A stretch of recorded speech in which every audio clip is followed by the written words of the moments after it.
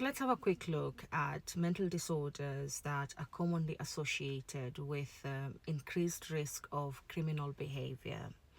And we can start with the first one. This is antisocial personality disorder, characterized mainly by a lack of empathy and impulsivity, which means that this individual does not feel guilty when they hurt another person, when they harm another person, or when they destroy property.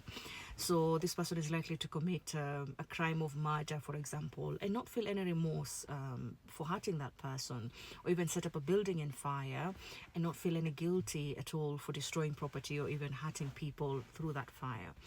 Now, we often diagnose this after the age of 18. But if an individual has similar symptoms before the age of 18, then we have a different mental disorder called conduct disorder. So that's the second one. So before the age of 18, if someone presents with this lack of empathy and engaging in in behaviors that harm other people, that disregard other people's welfare, that infringe on other people's rights, then we call it conduct disorder. Now, there's a high likelihood that if a person has conduct disorder, will develop antisocial, but it's not a guarantee. So there are individuals who may have conduct disorders during childhood or adolescence, but then later in adulthood, they don't develop antisocial personality disorder. So those are two mental disorders that are highly associated with criminal behavior. And typically, they have malicious intent. So the crimes that they commit are usually premeditated. The third one we can look at is substance use disorder. And here it's very important to highlight problematic use of substances. And substances here are any drugs. So from hard drugs to less hard drugs, cocaine, heroin typically have the highest risk, and other hard drugs. And then alcohol as well can have a high risk of criminal behavior. So can cannabis and mogoka and even khat. And here, like I said, a key word is problematic use of these drugs. So there are people who might use alcohol, but not in a problematic way, or as an example.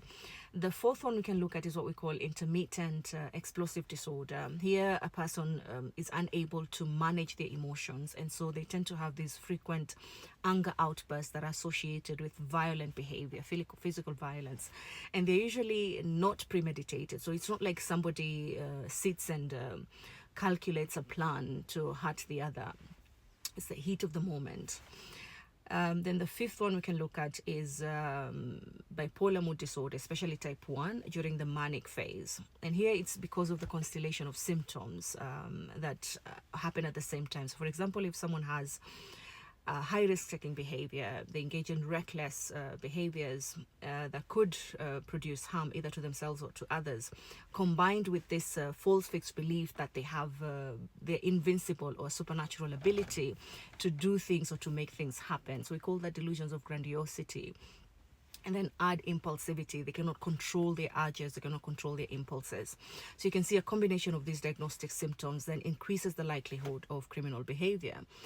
May be premeditated or not premeditated.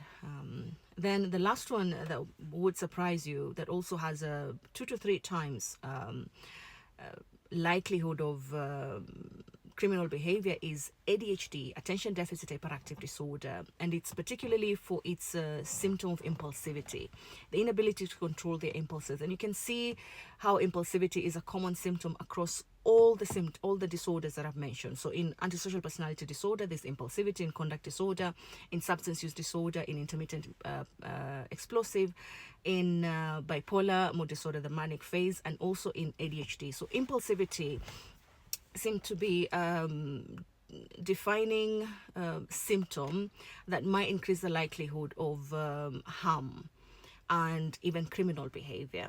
And so if you are diagnosed with any of these mental disorders, then you do want to be aware that they do threaten your freedom, so not just your health.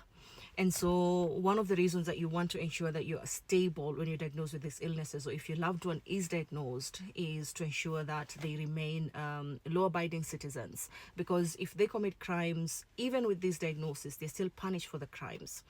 And so awareness around the consequences that these different mental disorders carry is really, really important. And I hope this particular video would help in doing that, in creating awareness and education among these mental disorders.